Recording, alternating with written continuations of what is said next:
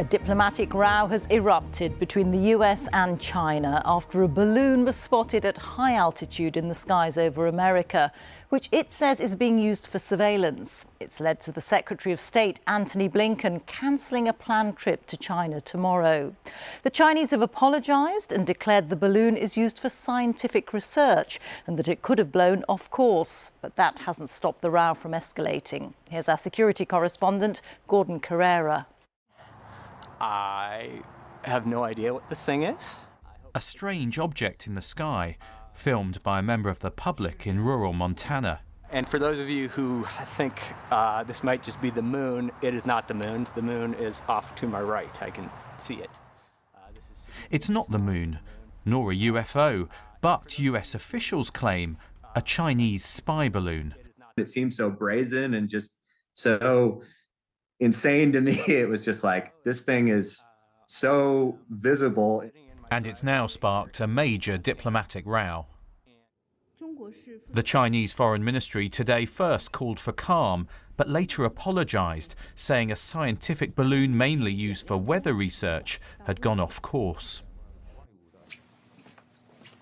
But within hours, the US military responded by saying they did not believe Beijing. A few things at the top. The fact is, we know that it's a surveillance balloon, and I'm not going to be able to be more specific than that.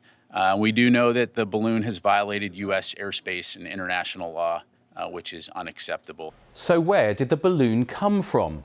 A US meteorologist has tracked the route it may have taken, using a model normally used to look at the spread of pollutants. The BBC's data analysts and weather teams say this model takes account of things like wind patterns and shows a trajectory from China across the Pacific, crossing Alaska, then Canada, before entering the US. It was then spotted, supposedly first by civilians on a plane over rural Montana. Here, US officials claim the balloon lingered. Why? Well, one possible reason we can see from this satellite imagery is Malmstrom Air Force Base nearby, an important base that houses intercontinental missiles.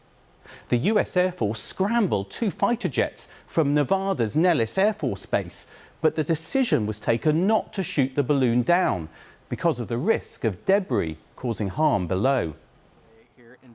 So what do we know about the balloon itself? Here's what scientific experts we've spoken to think. That it's likely filled with helium, with solar panels to provide power, and it is manoeuvrable. There are instruments and sensors to collect data that could be used for science or surveillance. Military specialists I've spoken to, though, say it's not likely to offer anything more than existing spy satellites can do. This balloon may not represent any significant security threat, but the incident highlights that the growing tension between the two countries now even extends to the skies above rural America. Corera, BBC News. Well, our North America editor Sarah Smith is at the White House for us. Sarah, the Secretary of State has spoken about this incident this evening. What did he say? Well, he's clearly very angry. He said this was irresponsible and unacceptable, particularly coming just before his planned trip to China. And he said it undermined the very basis of that trip, which was intended to improve relations and increase trust.